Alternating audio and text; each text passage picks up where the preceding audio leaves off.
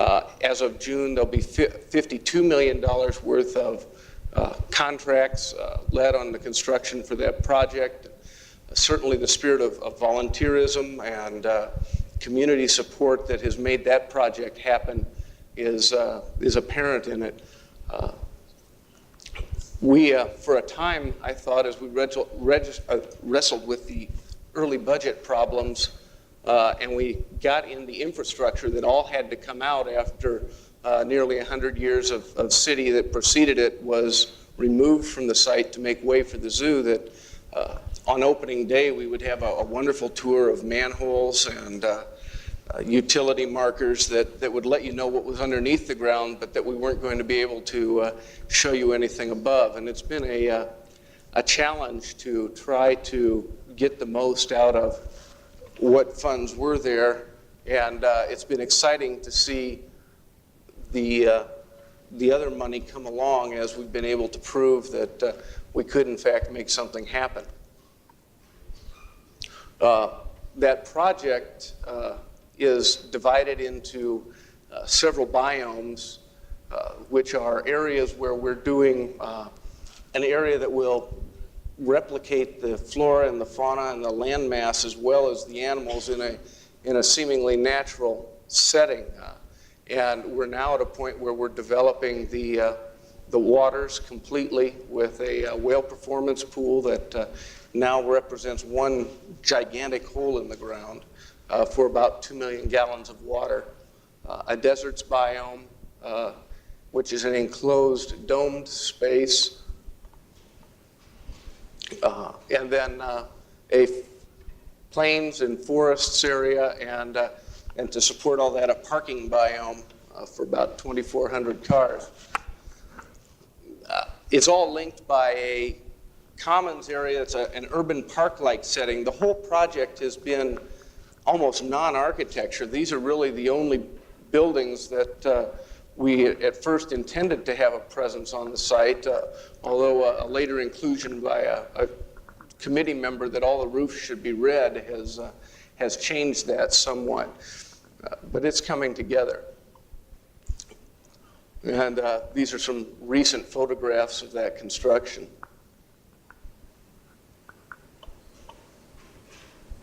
And this is the deserts biome, which is something that just November we were released to begin design work on again, and so it's beginning to take shape.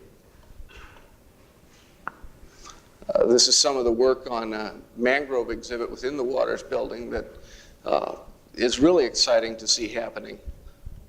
Those are trees that were made out of epoxy and such. I think one of the most interesting projects that I've been able to be associated with, working with Harold Rominger in our firm, is the Salvation Army building. We talk about catalysts, we talk about things happening, and certainly the Pan Am Games happening in Indianapolis this fall have caused an awful lot of development work to be happening in Indianapolis. And an offshoot of that, as the Pan Am Plaza was created, there was a need to vacate the existing Salvation Army thrift shop and men's quarters that were on that site. And we became involved with taking another Salvation Army site and joining onto it this building that became a housing area and the thrift shop. We're proud of this building, that it gives, I think, a sense of dignity in an area where that's sorely needed. Just some other views of that building. And this is the thrift shop.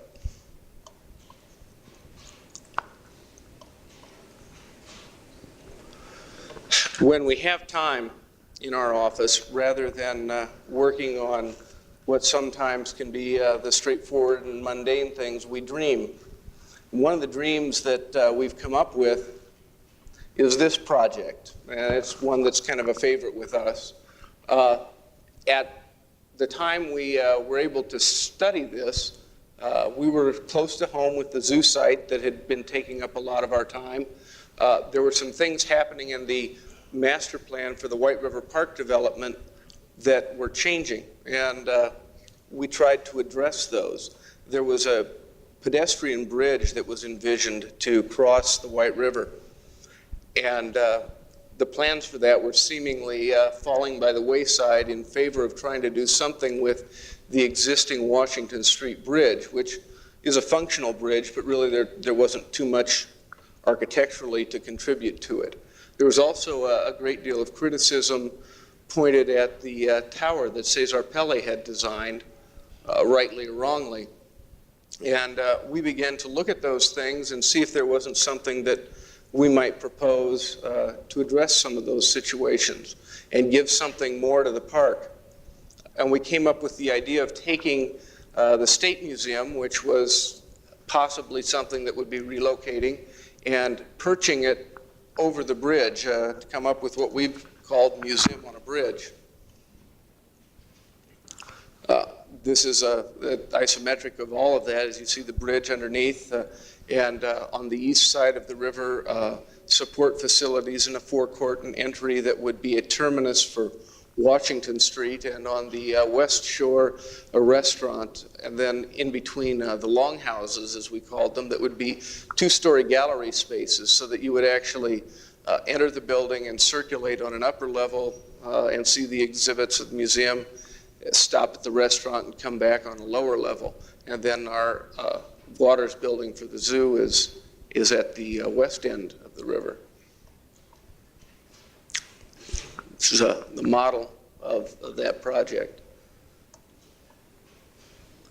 This is a view then as we would see it coming down the mall that we would be creating from Washington Street to an entry core and a central rotunda space that would orient the visitor to the different parts of the museum as we envisioned it, and then on into the exhibit galleries,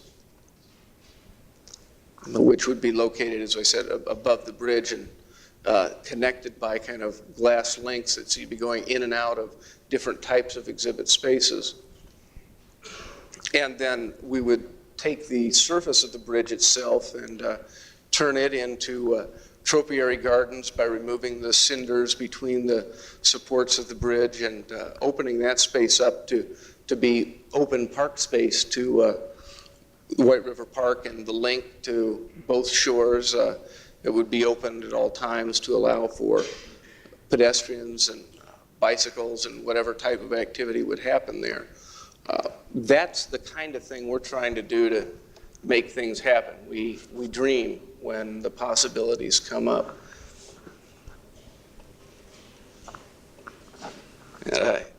That concludes my comments at this point.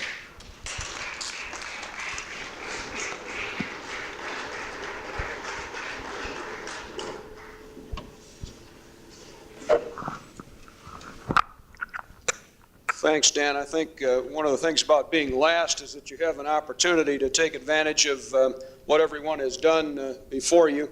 And I can't add anything to what my colleagues have said, except that I've had the fortune to be associated with all of them in one capacity or another over the years, including, as Tony indicated in his introduction, opportunity to get acquainted with him during a very stormy and contentious session in the Model Cities neighborhood in 1969 and 1970, as many of our Central City neighborhoods were undergoing a series of changes and awakening and changes in the social conditions that we had to deal with in Central City.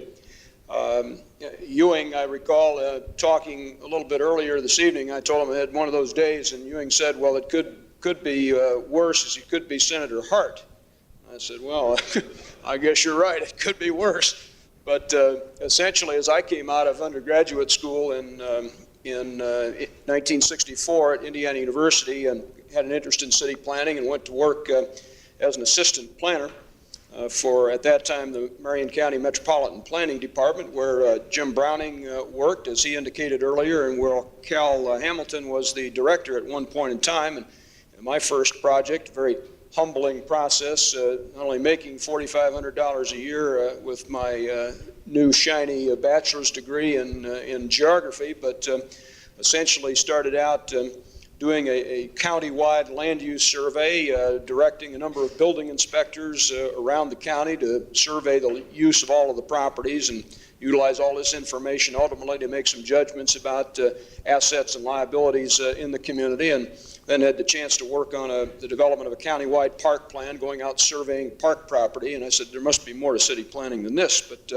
essentially, I was fortunate to get an opportunity to go to graduate school at the University of Illinois. Spent 2 years there, came back in 1966, and started into what at that time was, again, a very turbulent period in Indianapolis.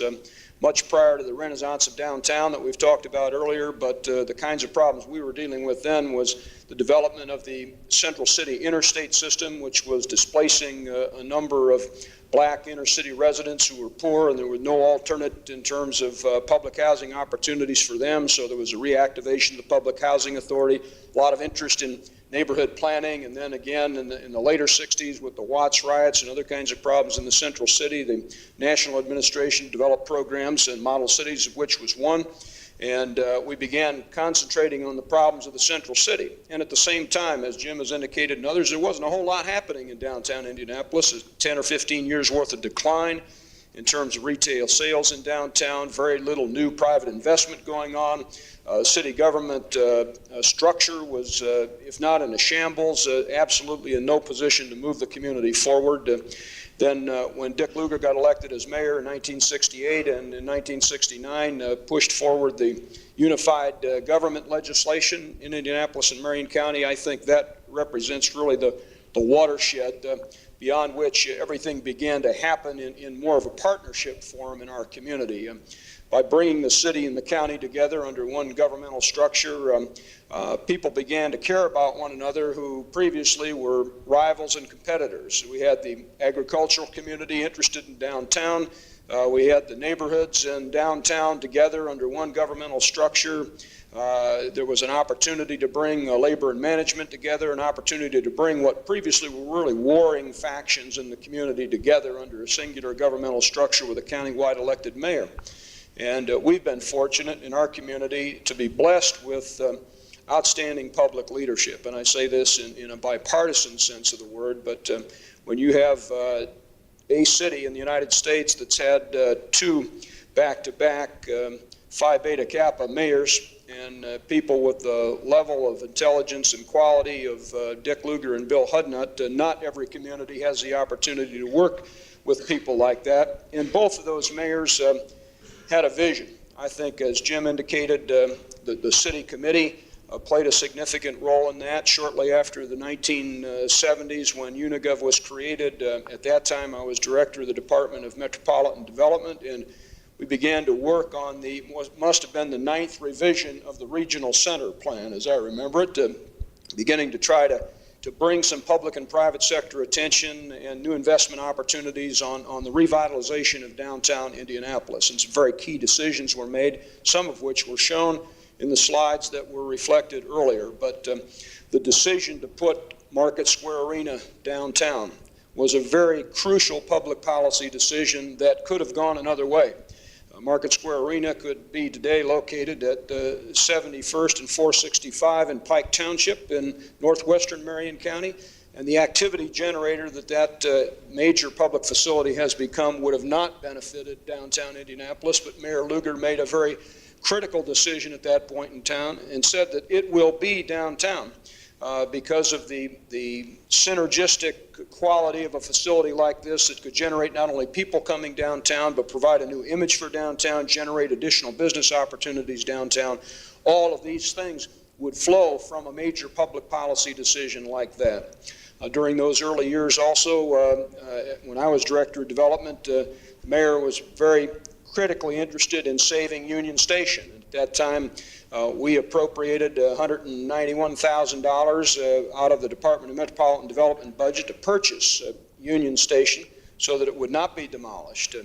It remained for later years, ultimately through a series of different kinds of configurations, to become the new Union Station with a $51 million public-private sector investment, which in its first year has now drawn 15 million people to downtown Indianapolis. But that didn't happen overnight. That's a 16-year project. And I think as we talk to not only students but others here this evening, the one thing you have to have in this business today is staying power, perseverance, patience, the willingness to bring together what are really disparate factions in a community around a common table with a common set of interests to develop a sense of trust and a working relationship that ultimately is the basis on which public-private sector deals and partnerships become the projects that we have all seen on the slides. It doesn't happen easy. It doesn't happen without vision. It doesn't happen without getting your hands dirty. And although we've not talked about politics in detail, I want to tell you that one of the biggest awakenings in my career, again, I came through a series of educational experiences in the early 1960s and mid-1960s where in professional graduate education there wasn't a whole lot of discussion about how decisions got made in real life. Not a whole lot of conversation about how planners really interacted with city councilmen or mayors and the private sector in order to get money allocated and resources committed to doing projects. And it wasn't long into my own working career after graduate education that I had the fortune to run into people like Dave Meeker and Dick Lugar and John Walls, who was deputy mayor at that point in time, and Jim Morris, who was administrative assistant to the mayor. And learning from those people that really politics is the basis on which decisions get made in the community. The allocation of resources. You cannot be afraid to interact with people who are elected officials. You've got to get in there and get the job done in a way that used to be considered to be compromising your professional principles, but that is not the case. So the case is looking at the talents you have to bring to bear as individual professionals, how they can best be translated through a vision of an elected official into a specific project that works in a community.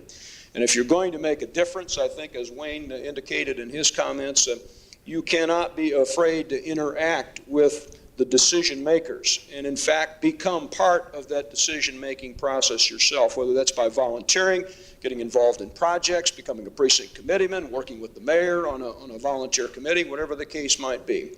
But it's important that if you're going to make a difference, you have to be where the action is.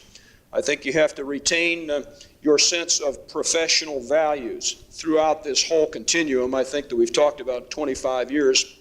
I cannot think of a situation in which my own professional values were actually compromised in the position of public policy decision making. And there are lots of opportunities for that to occur, and every one of us who've been in business can speak of specific instances where people will try to utilize unethical efforts to change the method by which a decision is made.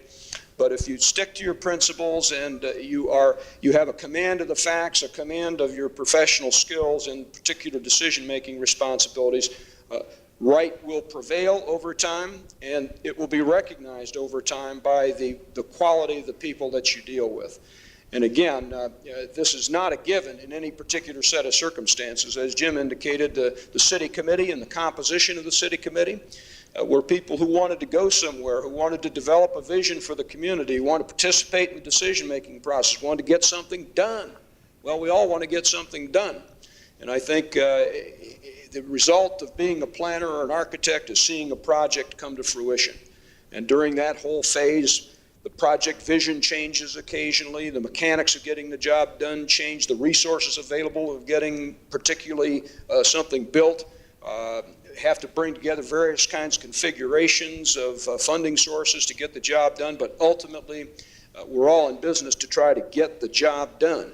And I've seen, I think, a significant change in the atmosphere of people in this county. I've had the opportunity to be up here and speak a number of times to private sector groups and your Chamber of Commerce people who are looking at the future. And I see a new spirit and a new vision in Muncie and Delaware County, reminiscent of the kind of vision, I think, in the early days that we had in Indianapolis. but it's a long haul. It's a question of city and county people working together, Republicans and Democrats working together, planners and architects and engineers working together, all with a common sense of the community good, a commitment to the long-range vision and future of the community. And there are some exciting things happening here. I think you have to be cognizant of the fact that everything you do is risk-based.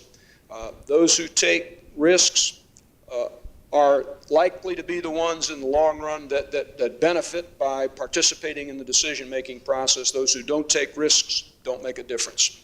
Now, you're going to lose and gain over time by taking risks, and hopefully you take prudent risks, calculated risks, those that have at least more pluses than minuses, but that doesn't happen all of the time, but you can't be afraid to take those kinds of risks. And I look back at the kind of decisions that have been made in Indianapolis and Marion County by Bill Hudnut, the City County Council, by Dick Lugar, by our General Assembly, by those who put their political careers on the line to vote for the tax that funded the Hoosier Dome. I mean, those kinds of major public policy decisions that really are the watershed in careers of people who put their careers on the line every 2 years or every 4 years when they go before the voters. Why did they do that? Well, they did that because they were convinced that there was a vision that was going to work, that they were convinced that there was sufficient consensus in the community to move ahead, that there was a public-private sector commitment to get the other resources together that were required to get the job done. And lastly, all of this requires resources. And there are resources in every community. I think you're fortunate here to have the Ball Corporation, the Ball Brothers Foundation, and many other both philanthropic and corporate resources. The issue is how you bring them all together with a community vision that says this is what we're going to be 15 years from now. As Jim said, it has to be a vision that doesn't try to be everything to everybody, but you finally have to make a choice that there may be only 5 or 6 things that your community can do best. And we chose in our community to develop a strategic plan, informal as that might have been, to concentrate on 5 major areas of interest, because we knew where our strengths were and where our weaknesses were. And you don't put your resources in your weaknesses, you put them in your strengths. And amateur sports and athletics emerged as one area of interest, health and medical technology as another, improving our educational system, public and private sector. That was another area of activity.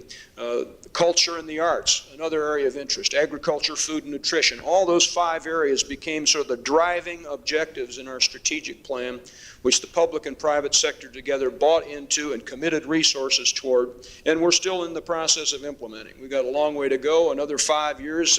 Maybe we'll have to revise that plan and take a look at the future and see what we do next. But constantly, I would just encourage you all to be active, to be involved, to be committed in Ball State, and really through Tony's efforts and others here have really been involved around the state, have been involved back as far as I know in the community. We're very active in the Market Square Arena and Market Square Development Project when I was Director of Development after Dave Meeker, and the City Market Project was under development. A lot of those ideas originally germinated from some of the thoughts that came out of a Ball State University class, and just as recently as last week I appear at a little neighborhood gathering in Fountain Square in Indianapolis, and lo and behold, there's Tony and the representatives of the class that have been doing a lot of work on helping to revitalize the Fountain Square Fletcher Place neighborhood in Indianapolis. So it's almost come full circle in that sense, Tony.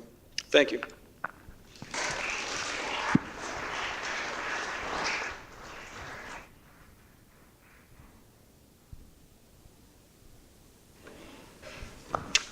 We're going to have our panelists come up here and face you. I'm going to just say 1 or 2 remarks and then let you ask questions, either specifically of an individual, or if you want to ask a general question, and then we'll kind of figure out up here who may want to answer that question first. For me, it's been very, very exciting to sit here and to witness the projects that we've seen. I think sitting up here are 5 reasons why Indianapolis has been successful in the quest to obtain a revitalized downtown and a revitalized entire center city. For me, it gives credence to my notion that architects and landscape architects and planners can go far beyond what I think most of us think of as the traditional role, and in fact can really make the difference in whether a project comes to fruition or not. And so with that, I would open the floor to any questions that you might have, either specifically to an individual or to the panelists in general.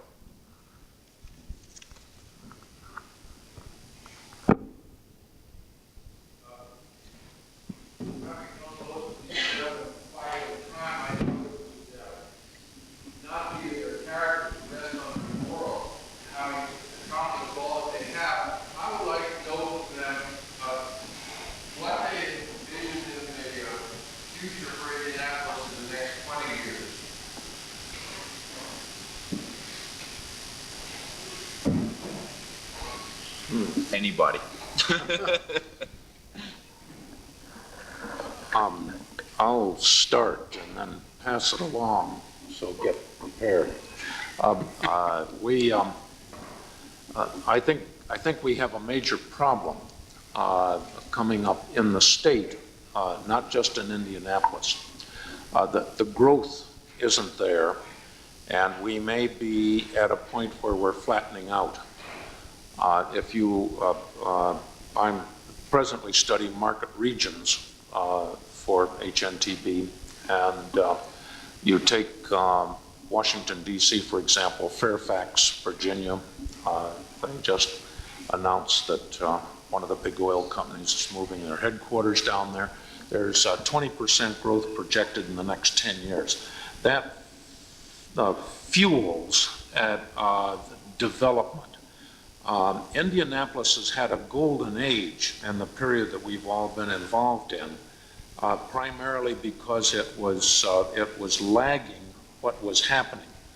On the other hand, it's not unique to Indianapolis. I think Indianapolis has done a better job with some of the things that they've gone into, like the emphasis on sports and the fine sports facilities that they built up following the emphasis that they put on arts and culture.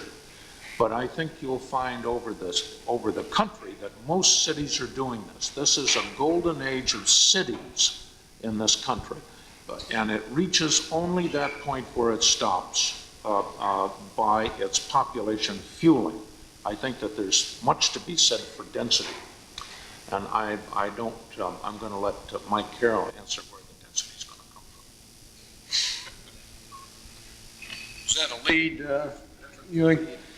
I'm not sure I'm going to comment on that specific point, except there are some things that I'll mention that I think may be controversial, at least have been over the last number of years, that in my judgment we still need to take a look at the governmental structure within which we operate, although having a consolidated city-county government has made things a lot easier for Indianapolis and Marion County to bring together all of our urban resources. Clearly, we've got to take another look at regional development and within what context does regional development occur. Regional government is almost anathema in terms of a word that might be put before the General Assembly. In fact, a bill almost passed in the General Assembly 2 years ago to call a felony an act that the state might get engaged in to support regional government or the development of regional structures. But clearly our problems are regional. Indianapolis and Marion County is going to depend upon growth in the central Indiana area, the 8 counties and beyond. We've got to start figuring out a way to develop the cooperative relationships with suburban counties. Growth plans have to be more than one county. We've got to take a look at where the best place is to locate a major employment generator, what the infrastructure looks like. Air and water quality problems are not endemic to a municipal structure or a county. They're region and statewide and multi-statewide in nature. We've just got to find a better way to deal with the solution to those problems. Whether that means another restructuring in 5 or 10 years from now, I don't know. Secondly, another problem we found throughout the United States, one we haven't talked about here tonight, but is our intellectual and human resource problems. Not only problems in the elementary and secondary school systems, but really what kind of brain power and intellectual capacity are we going to have 5, 10, 15, 20 years from now? The direction of our school systems are not moving in a positive fashion in many cases, and fortunately Indiana at least has responded to the governor's A+ educational program, so hopefully things will begin to turn around in terms of resource commitments to education. But unless there's a change in the way we deal with education at the local level, a lot of that is not going to happen. Clearly, schools have got to be more closely related to and involved in local government decision making, whether that means that educational departments become part of local government, as they have in many cities, or if they continue to retain separate entities, separately elected school boards, not involved in what's happening with the rest of city government, there will not be a constituency for improved public, local, and elementary school systems. So we've got to take a look at our educational system. In Indiana, we've been trying to find out how to do a better job of acquiring and developing our brain power. Clearly, the whole economy is changing, and not only have we done a flip-flop between manufacturing jobs and service jobs in the last 8 to 10 years in terms of changes in the structure of our economy, but what we've not done is prepare the people who have been educated in a different way or not educated at all for the new jobs that are available. And I think we've got to address that problem in a way that essentially deals with what our human capital and intellectual capital problems are going to be in the next 10 to 15 years. I think for architecture, right along with that, the things that we haven't covered, and it's going to be the responsibility of cities and states to come up with, is one, the aging population, and that 30% that is not very well taken care of at this point.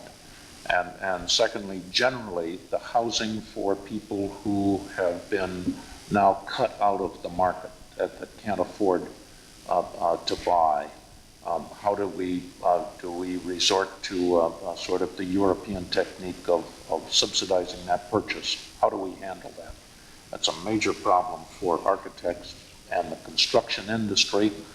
The Japanese are coming in with their computerized factories and screens where you can go plan your size house and get what you, and see three-dimensionally on that screen what you're getting. And we have to compete with that in this international market. I think housing is going to be a major factor in the future.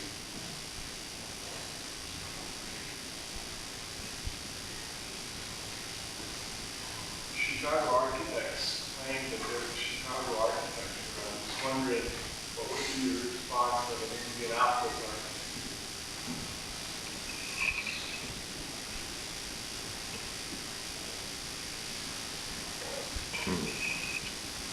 I'm not sure there, well, I would bet there's not a school of architecture in Indianapolis per se.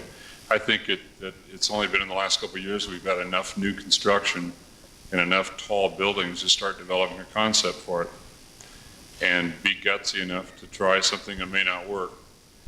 I think it's something that probably, definitely, there ought to be more dialogue about, which there's not, except within an office. What's exciting about the trend there is that there's more energy and more competition for better design. And as the next building comes online, that the competition will get keener and keener, and the best designs will then attract the new tenant. That's exciting. I'm going to take a little different tact on that. Just having spent last weekend in Chicago with the design committee, there is a Chicago architecture. And when you want eclectic architecture, they have to go to Cohn-Pedersen or to Berge to do buildings, because Chicago architects aren't doing that for Chicago. They're still very much in a modernist mode, very experimental. Now, The thing that I notice about Indianapolis, and I'm trying to think, have I noticed the same thing in Knoxville or other places that are more our size? The thing I think that distinguishes Indianapolis from the very beginning is that our buildings are simpler. They're not as ornate. We don't have the square foot costs and never have had. And yet we have an environment, an urban fabric that hangs together very well.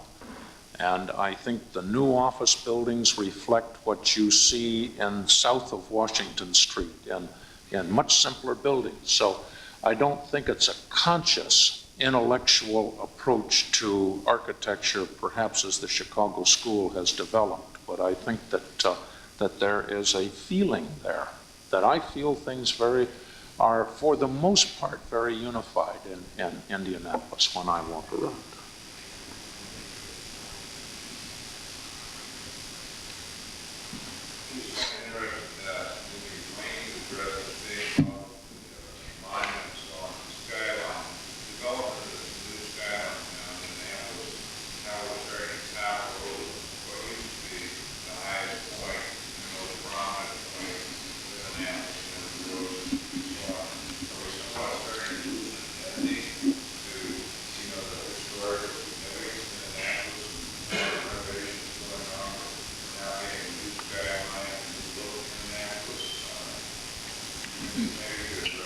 No, I think what we're gaining is a space that once upon a time there was a monument there, and now it's a space that all the new buildings are now smiling back upon.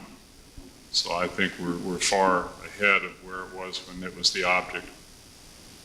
So I don't think anything negative there is happening at all. It's very positive. I think there's a tremendous need right now in city government to tackle a more sensitive, creative role in city planning. I don't feel that's there at all. And I think the developers individually are jumping in here, jumping in there, and there's really no pattern or thought given to how things relate to each other. I had an interview this morning on the judicial building for the state, and we talked about that. There's a state, which is basically an island, and there's no concern about how it relates to the rest of the city.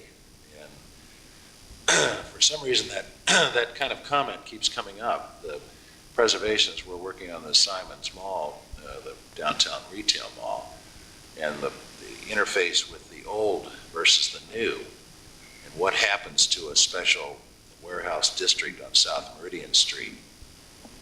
Do you just stop the Simon project here and then everything else is up for grabs? You know, let's tear it all down, put up some parking garages. So there really needs to be a pretty strong stand right now on how this all fits together, and I suspect the city agency is the one to do that. John? I just wondered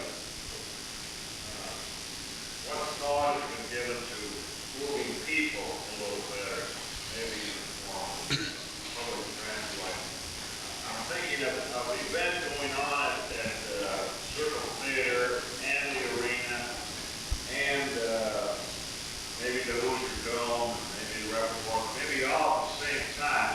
I just wondered what kind of thought has been given to good transit other than the outfield. Not much. I think it's amazing how well it works in spite of the Hoosier Dome. Everybody expected this enormous traffic jam, and people were really wise in assuming that they're going to have to park 2 or 3 blocks away and find their way on foot, and that seems to work. So some of these the parking problems are very serious right now, but there are a lot of new spaces coming on the street.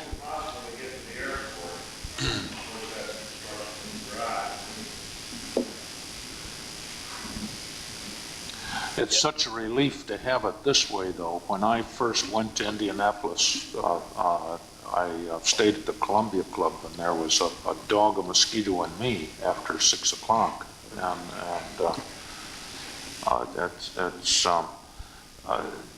In some ways, I wonder, I really wonder whether we want to make it ever always more efficient to get people out of a place. What you want them to do is to sort of hang around and support the espresso coffee place that you like to go to while they sort of wait for things to clear out. I think that's a big debate in cities to me, whether you want to make them too efficient. What you want to do is make them exciting and have people sort of stay for a while. I think one of the problems for years has been we haven't had a traffic jam. You drive, if you stop at a light and you have to stop twice before the light turns green and you can get through, you feel like you've been inconvenienced. And to me, Indianapolis has functioned very efficiently, but you don't have a sense of people. Now you go downtown and maybe they're walking and it's terrific. I agree with Ewing that we've created spaces for some people now. And now we've got people to put them in, to put in the spaces. And we need to double it. We need more people living downtown. But the key, and I think it goes back to something Ewing said too, is we've got to attract more industry. We've got to attract more businesses. And it's all economic. We'll develop an Indianapolis School of Design when a business is paying $25 to $40 a square foot for rent. Then you can develop a better design. Our rents are still really cheap in Indianapolis, and businesses aren't ready to pay what it takes to build excellence. John? Back to your comments, Jim, on this continuity aspect. You see, what elements do you see might help tie that together? Are we looking at the possibility of an early Kistler concept, parkways, or other treatments that might help create a structure? Well, the landscape architect could play a pretty serious role in all of this, I think. Right now, I feel like the traffic engineer is dominating, and we talk about moving people in and out of the city fast, and they're talking about Washington Street being made a one-way street. Well, one-way streets have a totally different character than a two-way street, and I keep going back. Michigan Avenue works just fine. It's two ways. It moves lots of traffic in Chicago. So I'm just afraid the traffic engineer is in control right now, and there needs to be the design input so that there is a little more sensitivity. And as you move, identification of the different urban spaces and things like that. So.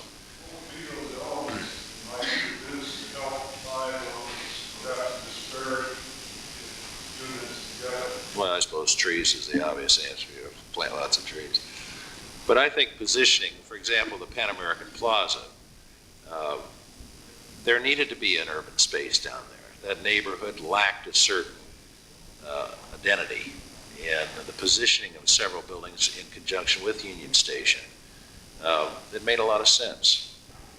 Public spaces are, they're very expensive, and then the new mall block, which is under construction now with parking underground. I think we're finally reaching a level of sophistication that we're trying to say, let's put the car where it should be, out of sight. Let's develop some human spaces above. So I think that's finally starting to take place, and plus the real estate values have finally reached a point where it makes sense to go up rather than just surface lots. So there's some good things happening here. But there needs to be just a kind of a comprehensive dialogue that talks about just design and how it affects the city. I really agree with Jim on that. I think that that's most critical at this point to keep the momentum of what we have. It now does really become a planning problem. Again, it started out that way, and it got the developers in, and now it's back into being a planning problem. One of the things that has to be solved, as I was saying earlier in my little talk, that you have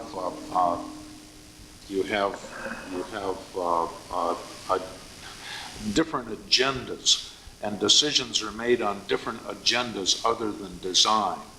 And there is sufficient rebellion right now in the ranks of the body politic against more tax increase. And there's so many demands being put back on the city-state combination by the federal government that how you set those priorities becomes a very difficult thing for an administrator. And it's an entirely different agenda from the way that architects and planners would look at it.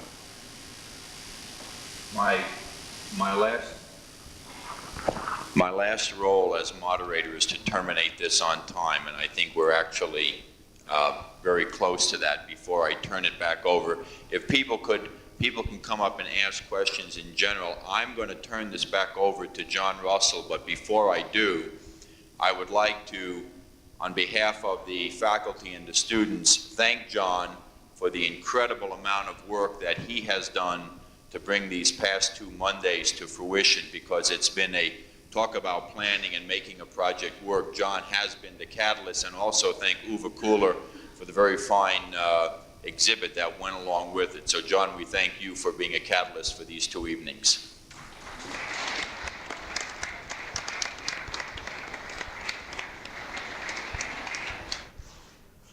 Thank you, Tony. I think the results of these 2 evenings in terms of the messages that we have received, and I think the inspiration that has come from these 2 evenings will have a very lasting quality with all of us who have had an opportunity to share in these 2 evenings. And I certainly thank these gentlemen and the gentleman from last week who have made a wonderfully complimentary 2 evenings for us here at Ball State.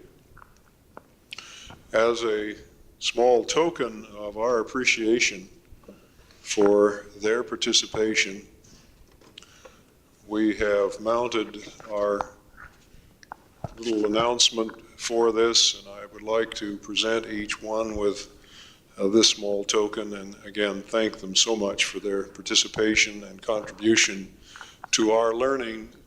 And I am filled with so many buzzwords of cooperation, of joint partnership, of I think making the difference was a very interesting point that was made several times this evening. And I think their contribution has made a difference in our education here at Ball State, and we really thank you. Work on the Riley area, which was closer downtown. It included Lockerbie Square, but that was sort of hands-off. And the block we concentrated on was this 300 block. Now, again, we went through the forces acting on it, the land use, what was positive about the area, and developed a plan to change the image of that quadrant, being the 300 block. The building at the Point, which I can't point to here, but the Hammond block was a key building in that. The building across the way, the McGinney building, was a key building. But it isn't a matter of architecture doing that. It's a matter of people having pride, people's self-esteem being built to have the guts, the determination to make a difference, to make a change. And that's what the planning process was about, not physical development. That's a result of the physical development.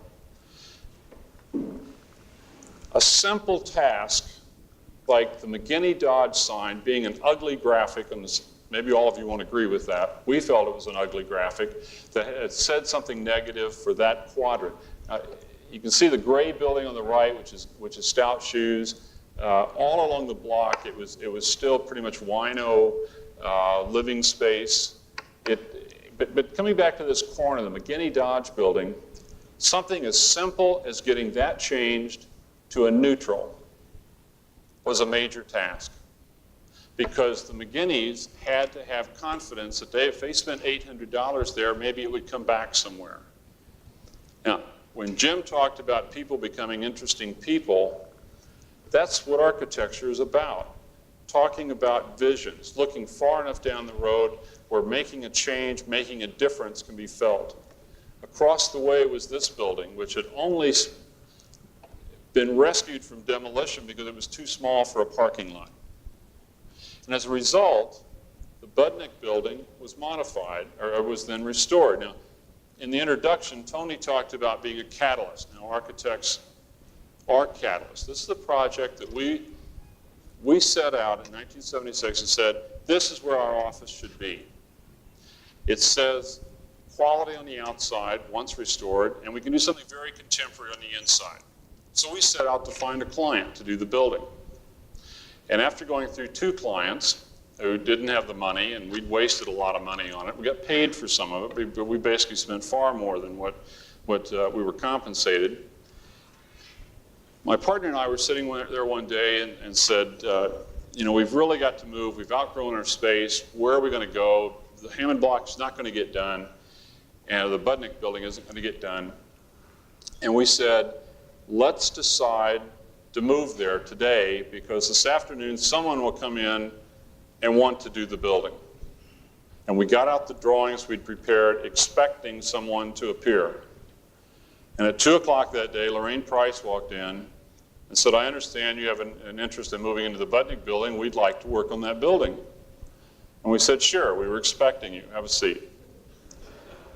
And we went through the project. Now, to show you some camaraderie here, our work at that point was pretty limited. We were 2 people in size, doing our own typing, answering our own phones, etc.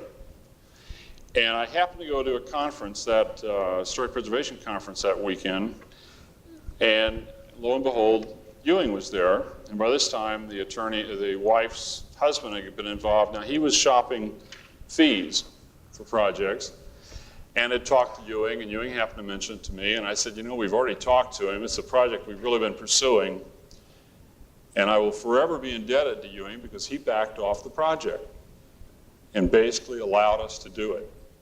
And if it hadn't been for the identity of this building as one of our landmark structures, I'm not sure we would have survived. So despite what you may hear, read about competition, it's what's top-notch in the architectural profession is the quality of people that you work with. This is the finished product. Served as a landmark for us. We occupied the 3rd floor for 6 years. Just moved December 31st.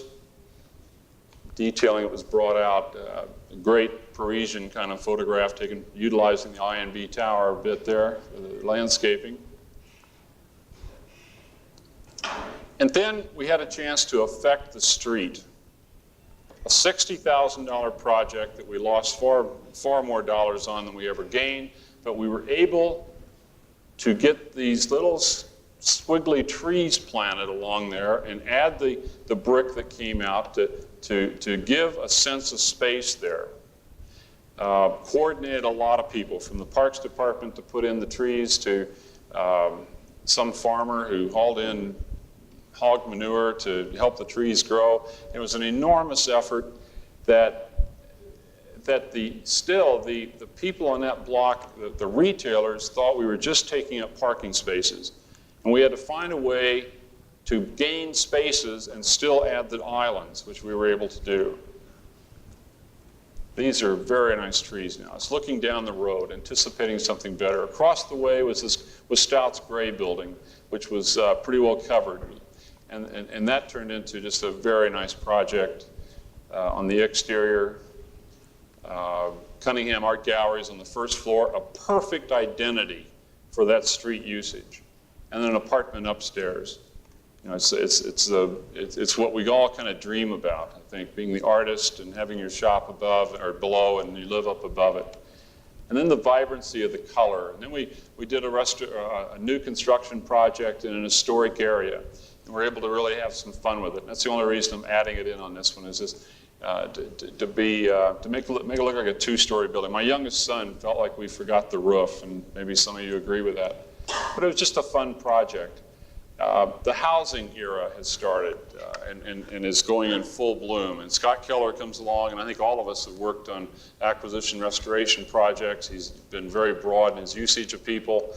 That has then brought people downtown to utilize the other facilities that are available and have been over the last couple of years.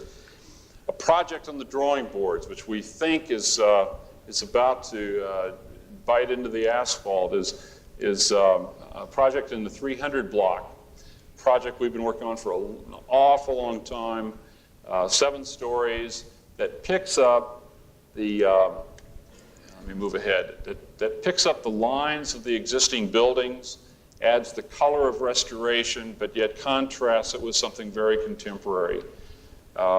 When it happens, it'll be because we became a catalyst for that and brought people together to make it happen. Hasn't happened yet. It certainly isn't winning any honors yet. But we've tried to create that interest. One of the grapes that we've been very fortunate enough to have is the restoration of the Soldiers and Sailors Monument. Phase 1 will be complete by the Pan Am Games. Phase 2 will start immediately. It isn't without controversy that it will be completed, but it's certainly a monumental project. What's really exciting to me is just the torch. A simple thing like the torch on top is now gold and reflects so in such an exciting way in the sunlight. Miss Victory at the top is now complete. I'm going to skip that one. And last is the building that we now occupy. It's called the Wolframar Building. If you think about looking down the road, this is certainly one to look down the road on. The steel there is, in actuality, is holding the front of the building in place. There are cables that go all the way through it like an Oreo cookie, and that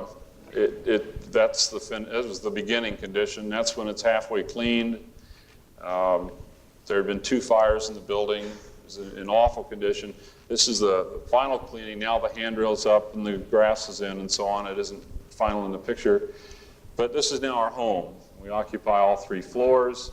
Just a very quick tour on the inside. I think it was Tim back there. Mary Ellen has worked for us and helped us move, in fact, the day we relocated. And the inside.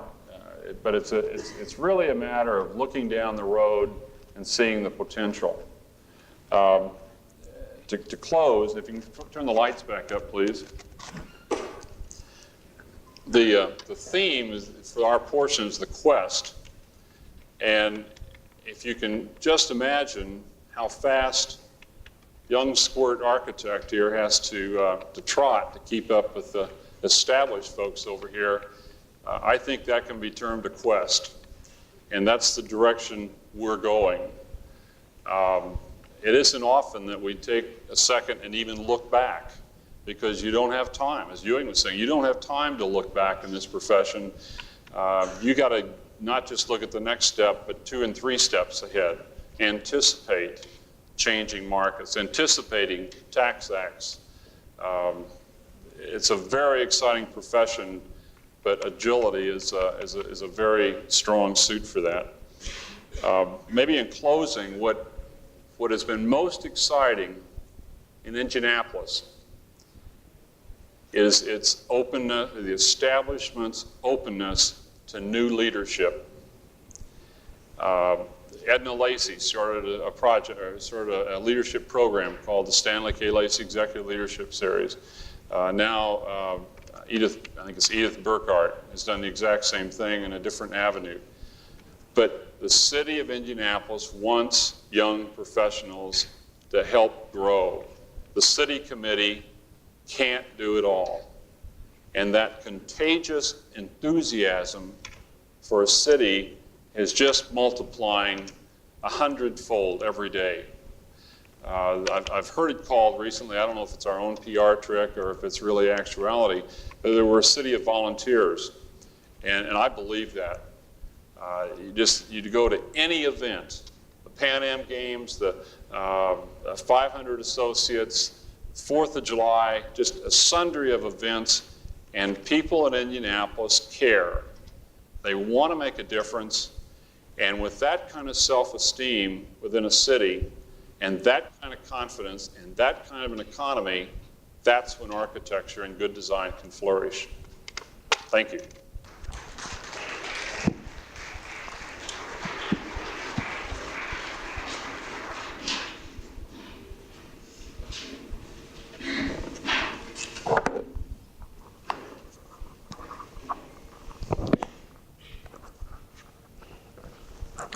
I came this evening not expecting to get introspective about my own career, but I couldn't help it sitting there listening to the gentlemen who've preceded me.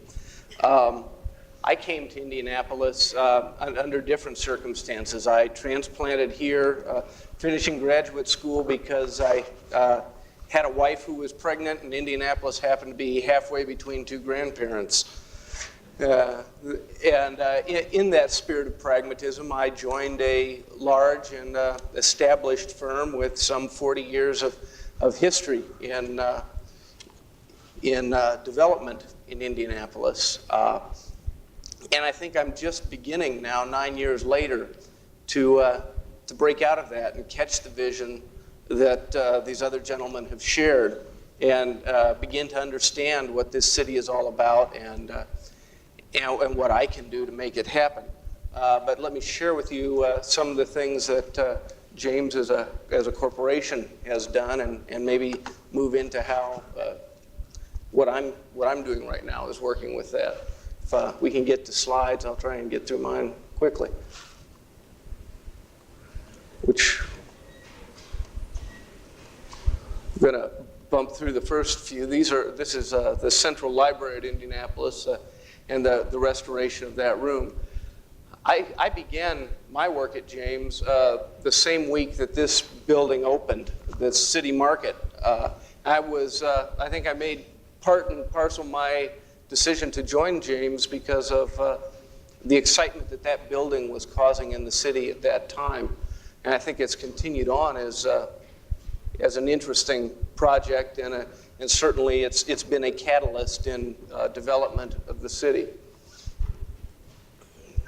My work recently has been with the Indianapolis Zoo, and we are getting to a point with that project where it's beginning to take shape, and it's beginning to, in its construction, be something that you can get a good look at, get a vision for what it's going to be. It's an exciting project because I didn't realize it before we started, but more people attend zoos than attend all of the professional sporting events for all the sports combined. It's a tremendous generator of people activity. I think it's going to be something exciting for the west half of